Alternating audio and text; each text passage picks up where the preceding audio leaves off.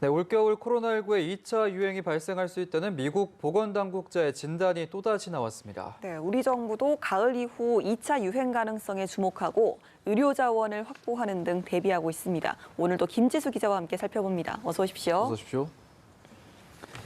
어제 그러니까 미국 보건당국 관계자가 올겨울에 이제 코로나19가 다시 유행할 수 있다 이렇게 우려를 밝혔는데 오늘 또 이런 경고가 다시 나왔다고 하죠? 네, 맞습니다. 오늘 미국 식품의약국 FDA 간부가 현재 방송에 출연해서 밝힌 내용입니다. 예. 스티븐 한이라는 FDA 국장은 올 겨울에 코로나19 2차 유행이 닥칠 가능성에 대해 틀림없이 가능한 일이라고 말했는데요. FDA 국장은 앞서 올겨울 재확산 가능성을 경고한 미국 질병통제예방센터 국장의 발언에 대해 언급하며 이같이 밝힌 겁니다. 그러면서 미국에서 코로나19 대응에 참여하는 모든 의사들은 2차 유행에 걱정하고 있다고 강조했습니다. 또 코로나19 예방 백신은 내년 3월쯤에나 나올 것으로 전망했습니다. 네. 사실 국내 의료계에서도 재확산 가능성은 줄곧 제기돼 왔었는데요. 예. 우리 보건당국은 올 가을과 겨울에 2차 유행이 발생할 수 있다고 보고 중증 환자 치료에 필요한 에크모나 음압 병상을 충분히 확보할 계획이라고 밝혔습니다. 특히 코로나19는 감기 바이러스와 비슷하기 때문에 감기가 유행하는 시기에 맞춰서 유행할 가능성이 높다고 보고 있습니다.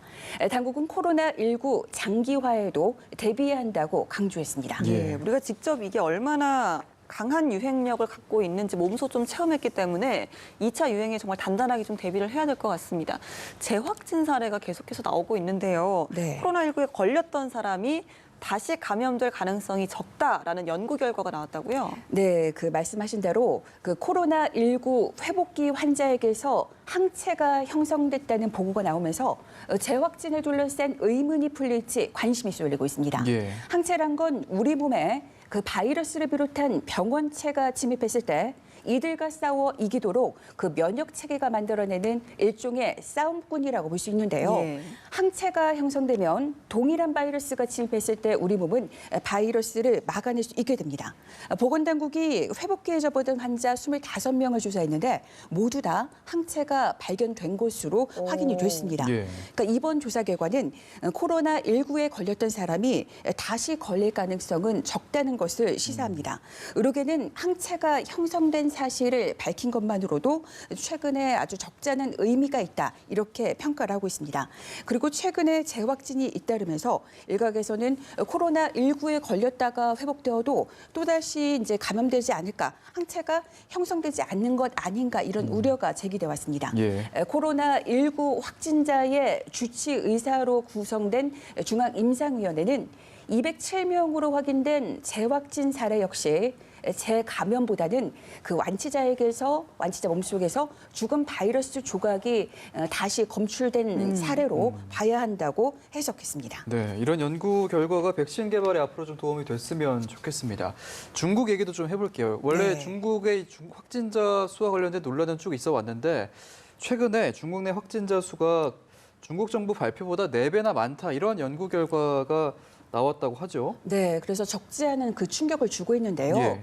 이 내용은 홍콩 언론이 오늘 보도한 겁니다. 그러니까 홍콩대 연구팀이 중국 정부가 지난 2월 20일까지 발생한 확진자가 5만 5천여 명이라고 발표했지만 실제 확진자는 23만 2천여 명에 달할 것으로 추정했습니다. 예. 이처럼 큰 차이가 난 건 확진자를 판정하는 데 있어 중국 정부와 홍콩대 연구팀이 다른 기준을 적용했다는 겁니다. 그러니까 중국 정부는 코로나19 확진자 판정 기준을 수차례 변경했는데 지난 2월 초에 후베이 성에 한해서 임상 진단 병례를 추가했습니다.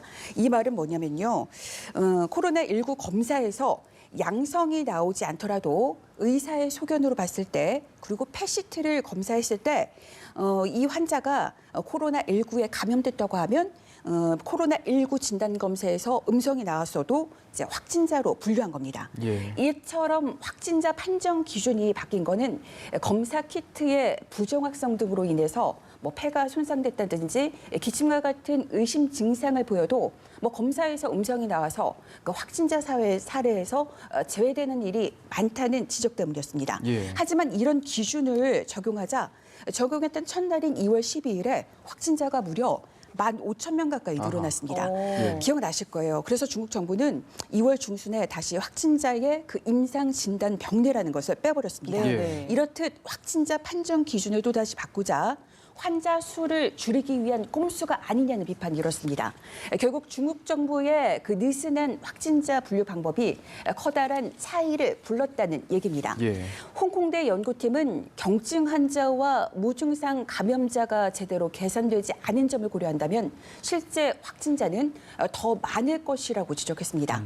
현재까지도 코로나19와 관련해서 중국의 통계 조작 논란이 끊이지 않는 상황입니다. 예. 예, 이렇게 좀 코로나19 사태에서 한국의 진단 키트가 굉장히 좀 인기입니다. 얼마 전에 메릴랜드주에서 이제 한국산 진단 키트를 공수를 했는데 오늘 이제 미국 콜로라도주도 한국에서 이제 공수를 하기로 했다 이런 소식이 있더라고요. 네, 맞습니다. 오늘 이 뉴스가 좀 많이 본 뉴스로도 이렇게 등재가 됐는데요. 네. 이번에도 미국 콜로라도주가 한국의 그 코로나19 진단 키트를 확보했습니다. 예. 그러니까 10만 번 이상을 진단할 수 있는 분량인데요.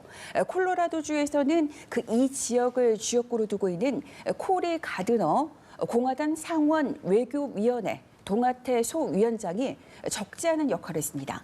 사실 가드너 위원장은 미국 상원에서 한미 동맹을 비롯한 한반도 현안을 관장하는 동아시아 태평양 소위원회를 이끌고 있어 대표적인 지한파 인사로 꼽히고 있습니다. 네. 예. 앞서 그 메릴랜드 주지사는 그 한국계 아내를 두고 있다고 했잖아요. 예. 근데 그 한국계 아내의 활약에 힘입어서 50만 번 이상을 그 진단할 수 있는 진단 키트를 확보했습니다.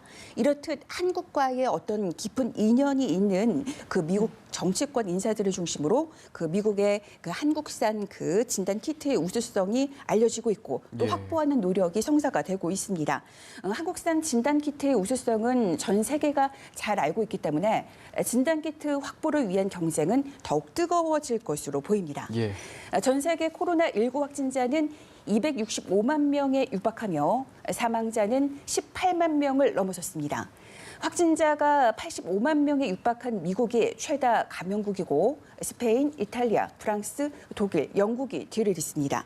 국내에서는 어제 8명의 신규 확진자가 나와 전체 확진자는 1,702명이 됐습니다. 국내 사망자는 모두 240명입니다. 네, 이렇게 국내 통계까지 알아봤습니다. 국내에서 신규 확진자 수는 닷새 연속 10명 안팎을 보이고 있는데요. 아직 안심하기엔 이릅니다. 사회적 방역 수칙 잘 지켜주시기 바라겠습니다. 오늘도 김지수 기자와 함께했습니다. 고맙습니다.